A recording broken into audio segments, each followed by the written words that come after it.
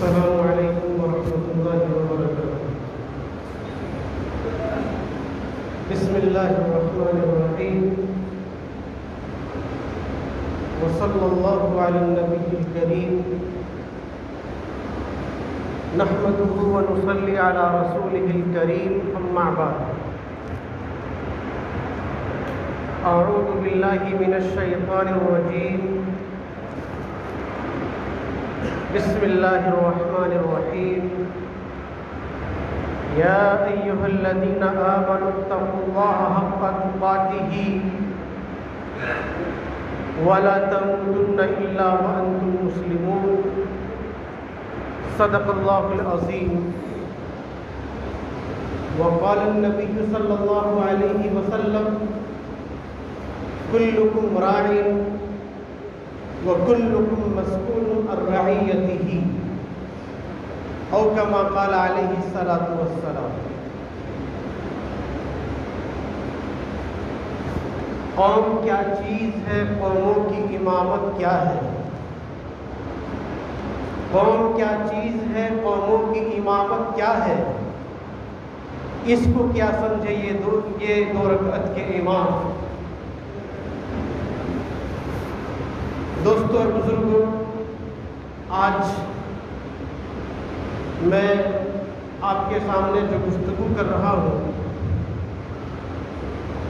اس گفتگو کو ایک ایک حرف، ایک ایک لفظ آپ حضرات محفوظ رکھیے گا، بلکہ ہو سکے تو اس کو آپ اپنے موبائل میں آڈیو ویڈیو ریکارڈنگ بھی کر سکتے ہیں، تاکہ ہمیشہ یہ چیز کام دے۔ حالات کے تناظر میں گفتگو ہوگی، اور جو حالات ہمارے درمیان درپیش ہے ان حالات پر گفتگو ہو رہی ہے۔ اس میں تمام مصلیان جو یہاں پر بیٹھے ہوئے وہ سب ایک ایک فرد مخاطب ہے، اور ہر ایک کو یہ ساری باتیں کہی جا رہی ہیں۔ کسی کی طرفداری یا کسی کی غیر طرفداری میں ایک لفظ بھی کہنے کی کوشش نہیں کی جائے گی۔ جو بات ہوگی وہ اللہ اور اللہ کے رسول اور صحابہ کرام رضی اللہ تعالی عنہم اجمعین اور تابعین کی سنت و شریعت اور سیرت کے مطابق ہوگی۔ ابھی خاص طور سے ہماری مسجد میں جو اختلافات چل رہے ہیں، میں پچھلے دن منڈے کو یعنی سوموار کے دن میں آیا تھا، اور میں نے کوشش یہ کی تھی، چونکہ ایک امام یا ایک خطیب صرف وہ 2 رکعت کا امام نہیں ہوتا ہے، بلکہ اس کی ذمہ داری یہ ہوتی ہے کہ اگر حالات بنتے بگڑتے ہیں تو صرف وہ 2 رکعت نماز پڑھا کر کے اپنے گھر نہ چلا جائے، بلکہ امت کی ایسی حالت میں رہنمائی کیا ہو سکتی ہے وہ رہنمائی کرے۔ میں نے یہ کوشش کی، اور تمام لوگوں سے جن سے میں مل سکتا تھا، جن سے میں بات کر سکتا تھا، میں نے ان سب سے بات کی، اور سب سے یہ بات کہی تھی کہ مسجد میں کسی قسم کا ہلہ ہنگامہ فتنہ فساد نہیں ہونا چاہیے۔ لیکن افسوس کہ میں اس میں ناکام ہوا، لیکن پھر بھی اللہ تبارک و تعالیٰ کی ذات سے امید ہے کہ انشاءاللہ کوئی نہ کوئی خیر کا پہلو ضرور سامنے نکل کر کے آئے گا۔ آج ابھی میں نے آپ کے سامنے ایک حدیث پڑھی ہے، اور اس حدیث سے پہلے اقبال کا ایک شعر میں آپ کو سنانا چاہوں گا۔ اقبال نے کہا کہ نگاہ بلند سخن دل نواز جاں پرسوز۔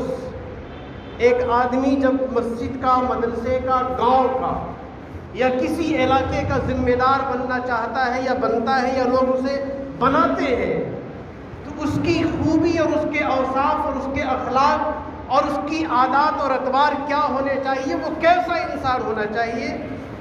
اقبال نے کہا نگہ بلند سخن دل نواز جا پرسوز یہی ہے رخت سفر میر کارواں کے لیے۔ اس کی نگاہ بلند ہو، اس کی زبان سے نکلنے والے الفاظ دل نشیں ہو، دل میں اتر جانے والی باتیں کرے اور لوگوں کو اس کی باتوں سے پیار ہو جائے، اور وہ نرم ہو، اس کی طبیعت نرم ہو۔ جن کے اندر یہ اوصاف ہوتے ہیں وہ مستحق ہوتا ہے کہ وہ قوم کی رہبری کرے۔ اب وہ حدیث جو میں نے ابھی آپ کے سامنے پڑھی تھی خطبے کے دوران، کلکم راعٍ وکلکم مسئول عن رعیتہ، کہ تم میں سے ہر ایک ذمہ دار ہے، ہر ایک ذمہ دار ہے، اور ہر ایک سے اس کی ذمہ داری کے بارے میں کل قیامت کے دن سوال کیا جائے گا۔ باپ سے بیٹے کے بارے میں پوچھا جائے گا، مدرسے کے محتمم سے اور اساتذہ سے، مدرسے کے انتظامات اور طلباء کے بارے میں پوچھا جائے گا، مسجد کے صدر متولی ٹرسٹیان سے مسجد کے انتظامات کے بارے میں سوال کیا جائے گا، گاؤں کے صدر، مکھیا اور سرپنچ اور ذمہ داران سے گاؤں کے حالات کے بارے میں پوچھا جائے گا، بڑے بھائی سے چھوٹے بھائی کے بارے میں پوچھا جائے گا۔ غرض قیامت کے دن کوئی بھی ایسا انسان نہیں ہوگا جس سے اس کی ذمہ داری کے بارے میں سوال نہ کیا جائے۔ ہر ایک سے سوال کیا جائے گا اور ہر ایک کو جواب دینا پڑے گا۔ ہر آدمی ذمہ دار ہے اور اپنی ذمہ داری کا احساس اسے کرنا چاہیے، اور جو ذمہ داری اس کے سامنے ہے، اس کے پاس ہے، اس ذمہ داری کو صحیح طریقے سے ادا کرنا چاہیے، اور اللہ تبارک و تعالیٰ سے ڈرتے رہنا چاہیے، اور اللہ سے مدد مانگنا چاہیے کہ یہ جو ذمہ داری ہمارے سپرد کی گئی ہے، باپ ہونے کی حیثیت سے، دادا ہونے کی حیثیت سے، مکھیا ہونے کی حیثیت سے، صدر ہونے کی حیثیت سے، ٹرسٹیان ہونے کی حیثیت سے، اللہ تو اس کام کو، اس خدمت کو، اس ذمہ داری کو صحیح طریقے سے ادا کرنے کی توفیق دے دے۔ یہ ڈر پیدا ہونا چاہیے۔ ایک صحابی حضرت عمرو بن العاص رضی اللہ تعالی عنہ ہے، وہ فرماتے ہیں کہ میری زندگی کے 3 ادوار ہیں، یعنی میری زندگی میں 3 دور آئے ہیں۔ ایک وہ دور ہے، یہ حدیث آپ کے منتخب احادیث میں بھی ملے گی، آپ حضرات دیکھ سکتے ہیں۔ انہوں نے کہا کہ میری زندگی میں 3 دور گزرے ہیں۔ ایک دور وہ ہے جب نبی کریم صلی اللہ علیہ وسلم کی ذات سے مجھے نفرت تھی، مجھے عداوت تھی، مجھے دشمنی تھی، یعنی میں نبی پاک صلی اللہ علیہ وسلم کو دیکھنا پسند نہیں کرتا تھا۔ اگر اس دور میں میری وفات ہو جاتی تو یقیناً میں جہنم میں چلا جاتا۔ ایک میری زندگی کا دوسرا دور آیا، اور اس دوسرے دور میں اسلام میرے دل میں رچ بس گیا، میں نے اسلام قبول کر لیا، اور نبی صلی اللہ علیہ وسلم سے اتنی محبت پیدا ہو گئی کہ اتنی محبت کسی اور ذات یا کسی اور چیز سے نہیں تھی۔ اگر اس دور میں میری وفات ہو جاتی تو میرا ٹھکانہ جنت میں ہوتا۔ اس کے بعد نبی صلی اللہ علیہ وسلم کے رحلت فرما جانے کے بعد میری زندگی کا تیسرا دور آیا، اور پھر میرے ذمے قوم کی کچھ ذمہ داریاں آئیں۔ میں قوم کا کچھ ذمہ داری کے کام کرنے والا بنا، حکومت کے کچھ عہدے، کچھ کام ہمارے سپرد کیے گئے۔ اب ان ذمہ داریوں کے مل جانے کے بعد مجھے معلوم نہیں کہ میں نے ان ذمہ داریوں کو صحیح طریقے سے ادا کیا یا نہیں، کہیں مجھ سے کوتاہی تو نہیں ہو گئی، کہیں مجھ سے غلطی تو نہیں ہو گئی، کہیں مجھ سے لاپرواہی تو نہیں ہو گئی، کہیں میں نے قوم کی ذمہ داری کو، قوم کی خدمت کو صحیح طریقے سے ادا کرنے میں ناکام تو نہیں رہا۔ لہٰذا اب اگر ایسی صورت میں میری وفات ہوتی ہے تو مجھے معلوم نہیں کہ میں جنت میں جاؤں گا یا جہنم میں جاؤں گا۔ یہ ذمہ داری ایسی چیز ہے کہ اگر ہم نے اس ذمہ داری کو صحیح طریقے سے ادا کیا ہے تو ہم جنت میں جا سکتے ہیں، لیکن اگر ہم نے اپنی ذمہ داری کو صحیح سے ادا نہیں کیا، اپنی منمانی چلائی، اپنی بات لوگوں میں تھوپنے کی کوشش کی تو پھر اللہ تبارک و تعالیٰ سے ڈرتے رہنا چاہیے۔ اس حدیث پر ہمیں ہر وقت غور کرنا چاہیے۔ اب حالات کے اس تناظر میں ہر آدمی جو ذمہ دار ہے، جو ذمہ دار تھا یا جو ذمہ دار ہونا چاہتا ہے، یا جو لوگ اس منشے میں ہیں، ہر آدمی آج ایک دوسرے کو نیچا کرنے کی کوشش میں لگا ہوا ہے۔ وہ ہم سے نیچے ہو جائے، ہم اس سے اوپر ہو جائیں۔ وہ بہتر نہیں ہے، یہ بہتر نہیں ہے، وہ برا ہے، یہ برے ہیں، وہ اچھا نہیں تھا، یہ اچھے نہیں ہیں۔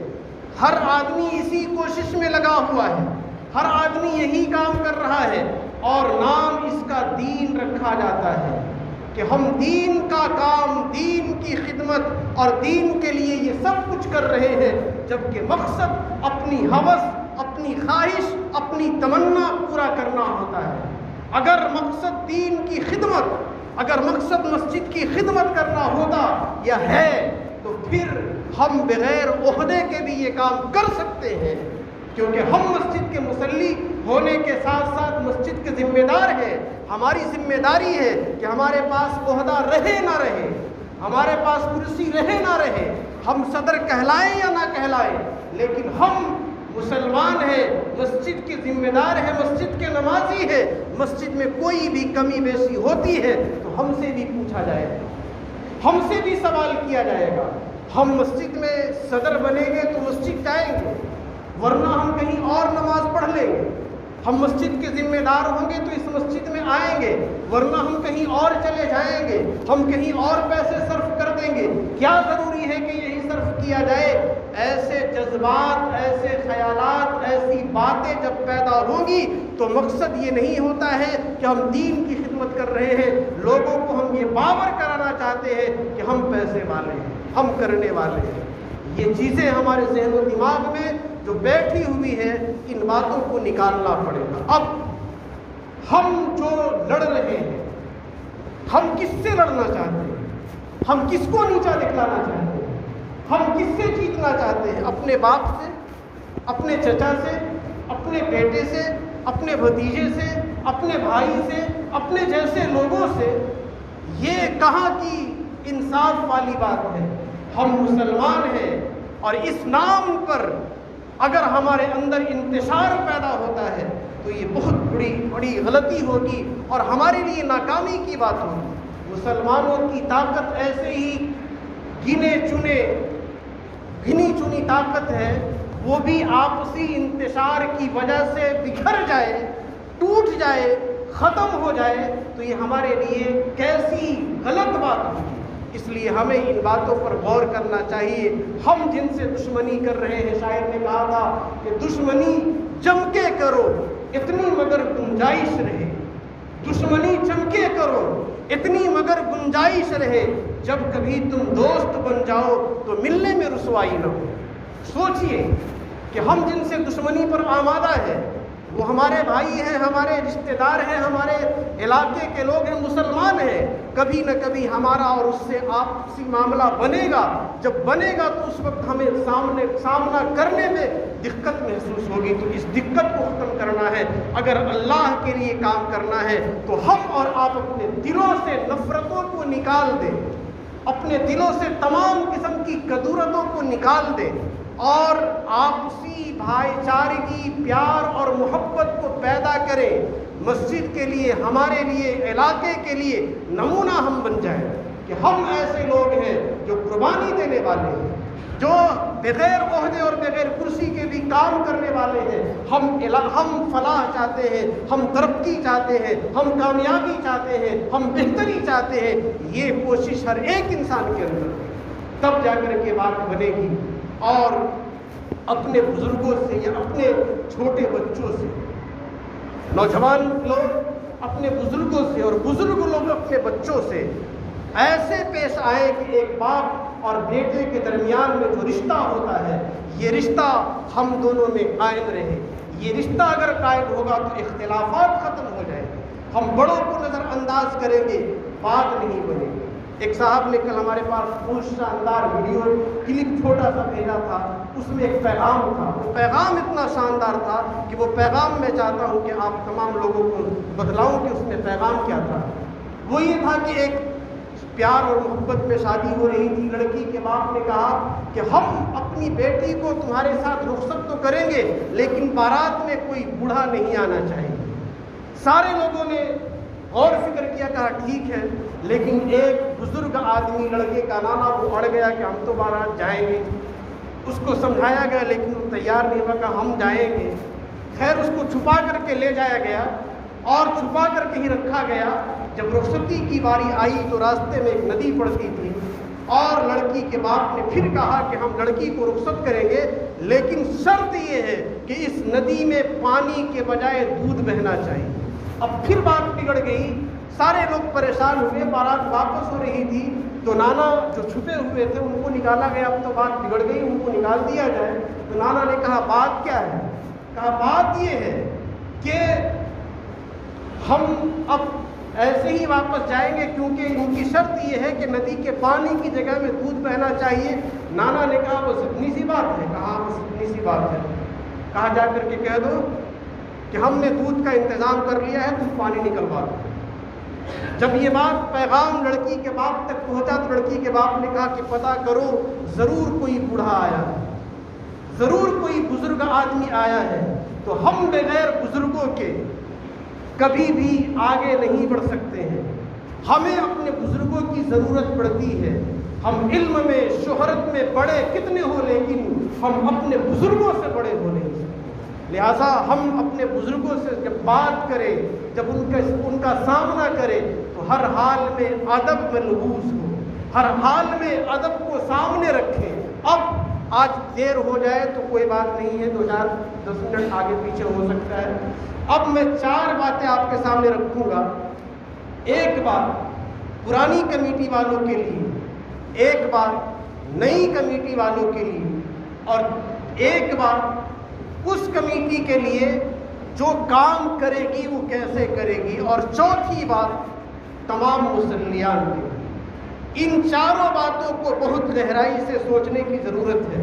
پہلی مثال, میں ایک صحابی, ایسے صحابی جن کی مثال جنگوں کی دنیا میں انمول ہے, اور وہ ایسے صحابی ہیں, ان کا نام نامی اس میں گرامی حضرت خالد ابن ولید رضی اللہ تعالی عنہ ہے.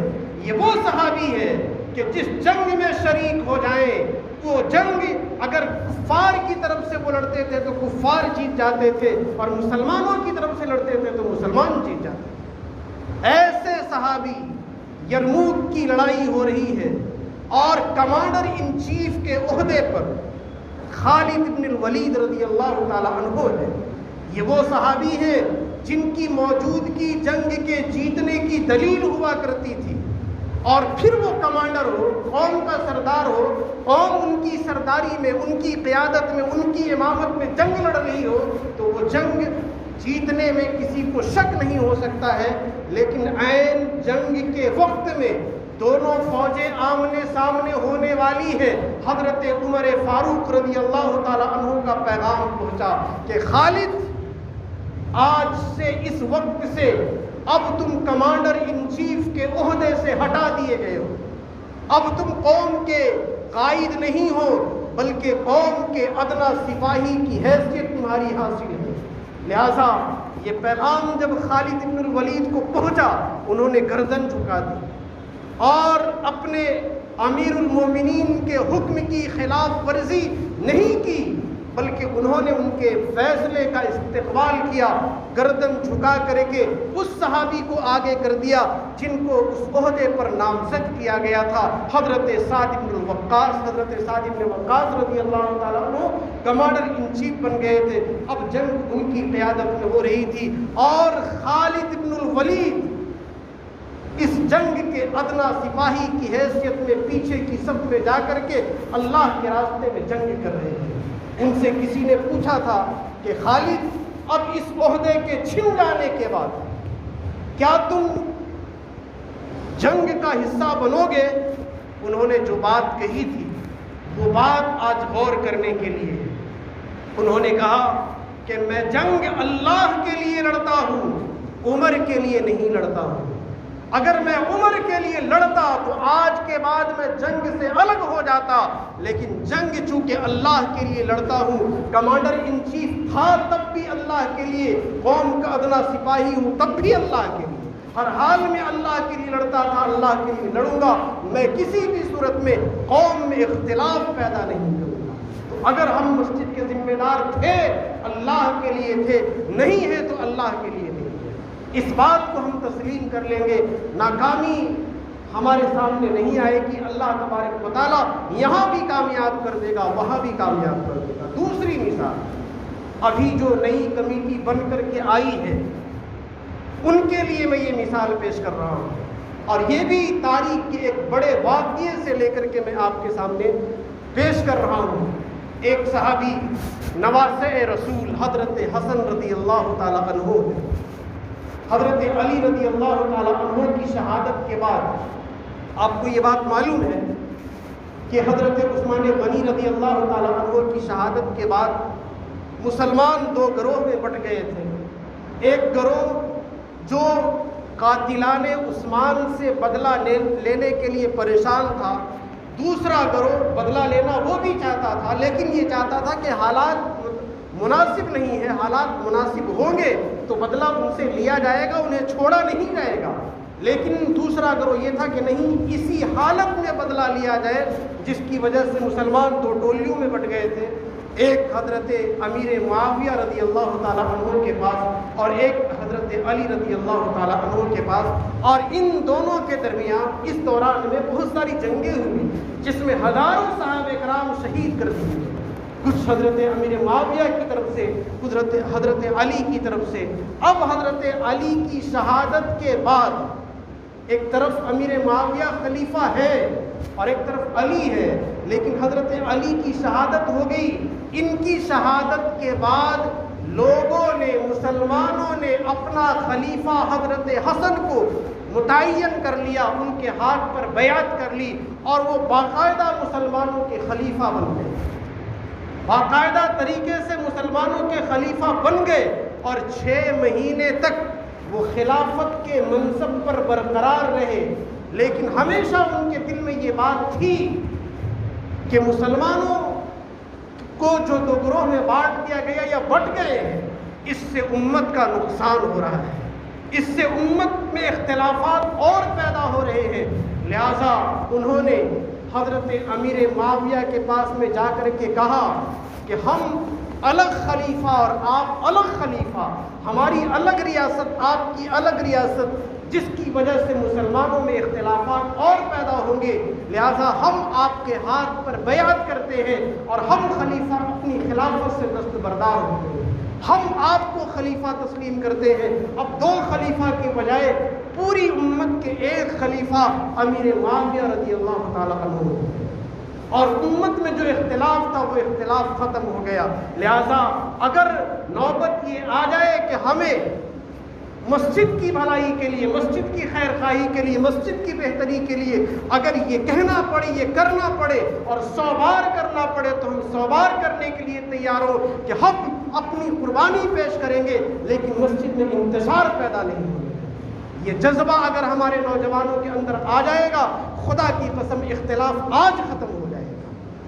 بڑے لوگوں کے اندر سے بھی یہ جذبہ پیدا ہو جائے کہ ہم اپنے پہلے والے عہدے سے دستبردار ہوتے ہیں، اور یہ لوگ بھی کہتے ہیں کہ ہم بھی یہ کام نہیں کریں گے، ہم سب مل کر کے مسجد کی بہتری کے لیے سوچیں گے، سارے اختلافات ختم ہو جائیں گے اور کوئی اختلاف پیدا کبھی نہیں ہو سکتا ہے. یہ کام ہمیں آج سوچنا ہوگا، کرنا ہوگا.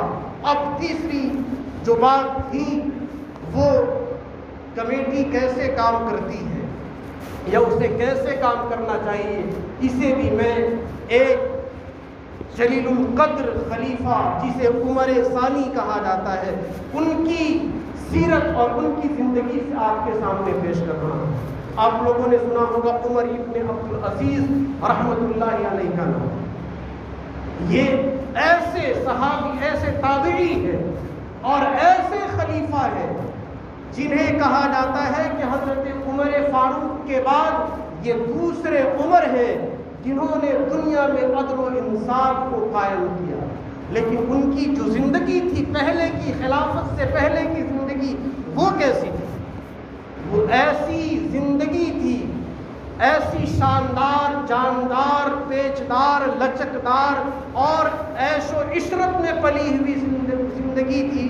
وہ ایسے پوشاک پہنا کرتے تھے، وہ ایسی خوشبو لگایا کرتے تھے کہ جس گلی سے وہ گزرتے تھے وہ گلی خوشبو میں ڈوب جایا کرتی تھی۔ محلے کی دوشیزائیں، لڑکیاں، ساری لڑکیاں نکل کر کے ان کے حسن کا جلوہ دیکھا کرتی تھی، اور ہر دوشیزہ فدا تھی کہ عمر میرے پاس آ جائے اور عمر سے میری شادی ہو جائے۔ ایسی زندگی، عیش و آرام میں گزرنے والی زندگی تھی۔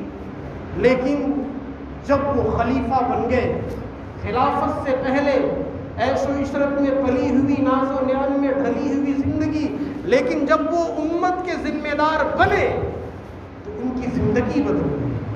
وہ متقی بن گئے، وہ زاہد بن گئے، وہ پرہیزگار بن گئے، وہ اللہ سے ڈرنے والے بن گئے، اور ایسے ڈرنے والے بنے کہ بازار سے خادم نے ان کے لیے کپڑا لایا تو کپڑا نہایت ہی معمولی، کم دام کا، موٹا جھوٹا رتی قسم کا کپڑا تھا۔ حضرت عمر عزیز نے کپڑے کو ہاتھ سے چھوا اور چھو کر کے کہا کہ یہ کپڑا بہت قیمتی معلوم ہوتا ہے۔ یہ سن کر کے خادم رونے لگ گیا، اور خادم سے پوچھا کہ کیوں روتے ہو؟ اس نے کہا کہ حضور، ایک وہ زمانہ تھا کہ بازار سے قیمتی کپڑا آپ کے سامنے لایا جاتا تھا اور اس کپڑے کو آپ پھینک دیتے تھے اور کہتے تھے یہ بھی کوئی پہننے کے لائق کپڑا ہے، اور آج بازار سے سب سے گھٹیا کپڑا لایا گیا ہے تو آپ یہ کہہ رہے ہیں کہ یہ بہت قیمتی ہے۔ ایسی زندگی خلافت کے بعد، ذمہ داری کے بعد ہو گئی۔